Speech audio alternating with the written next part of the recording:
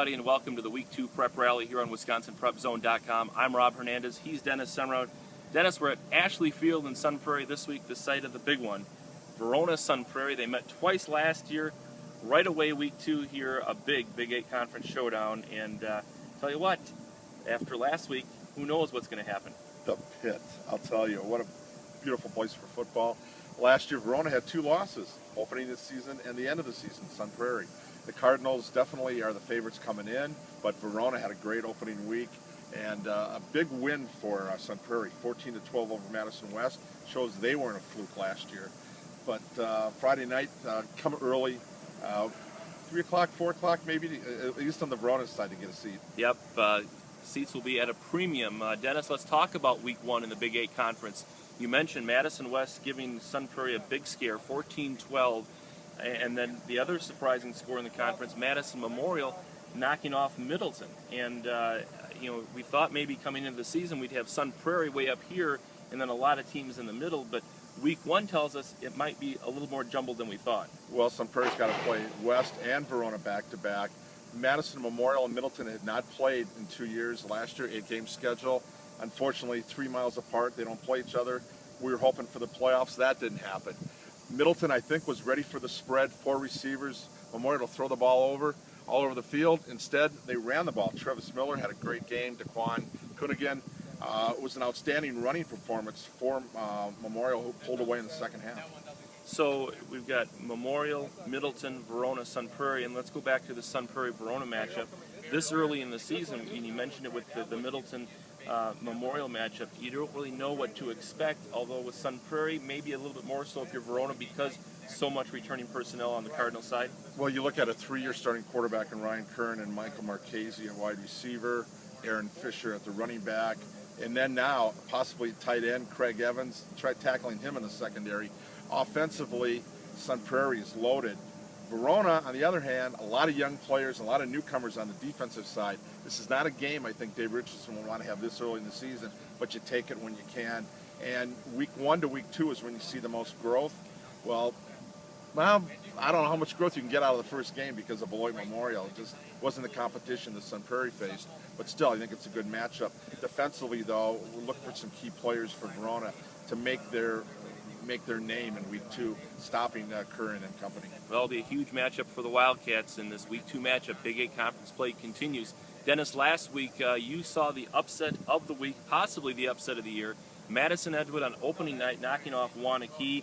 This week the Crusaders have DeForest, another Northern Badger heavyweight. First of all, tell us about the game last week and how much of a shock was that win by Madison Edgewood? Well, last year, Wanakee at Monona Grove, they were down 14-0 right away. That happened again. Edgewood was up 14-0, and people are saying, oh, yeah, well, we'll see what happens.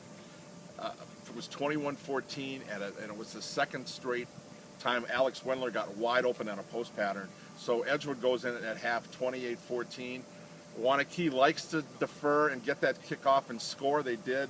28-21, Edgewood promptly answered, showing that offense under Bobby Dunn, a 2-year starter, Alex Wendler and Jake Dragoo at wide receiver, Evan Bondock, and Mitch Schneider in the backfield.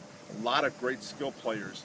Pat Rice's defense, 1 returning starter. Obviously, Wanakee's got a lot of work there, but they scored 35 points. Yeah. Had a kickoff return for a touchdown. We saw a couple of sophomores, familiar names, Decora and Musso, the younger brothers of Will Decora and Leo Musso, made their mark. Wanakee's got 11 sophomores on the roster, so they're going to get better as the season goes on. We'll find out how good Edgewood's offense is this week.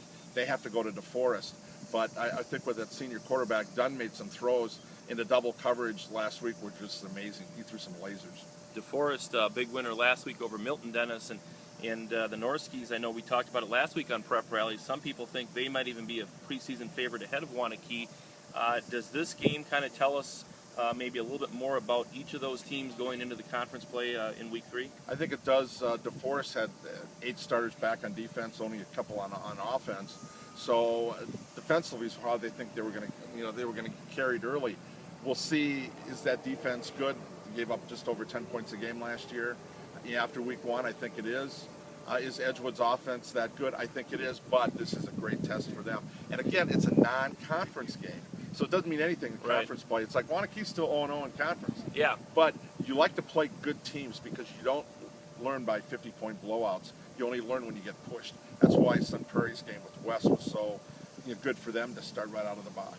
So week 2 games this week, mostly non-conference play except for the Big 8 Conference and the SWC. Dennis, anything that we're looking for in week 2 as we get ready for some of the conferences going to week 3 conference play? Anything that we should keep an eye on? Well, the big thing is the weather this week. These kids have been playing in beautiful weather in the summer. It's been cool. Now you've got 100-degree heat index. You can't talk, enough water. They've got to hydrate. Every time you get a chance, you pass a water fountain. If you're in school, you're at home, you do that on Friday night and on Thursday. Both those games last week when I was at the Wanakee Edgewood game and Memorial Middleton. Long games, and they had water breaks built in by the officials, and the kids were cramping up. So that's going to be, I think, a big factor for these teams. Are you going to platoon? How many kids have to play both ways, and are your kids hydrated? Well, something to look forward to this week. Get your bring your own water bottles. Keep those concession stands hopping with Gatorade and water bottle purchases, and make sure you in the stands stay hydrated as well, because it's going to be a hot one both on and off the field. This has been Prep Rally on WisconsinPrepZone.com. For Dennis Semrau, I'm Rob Hernandez. We'll see you at the stadium.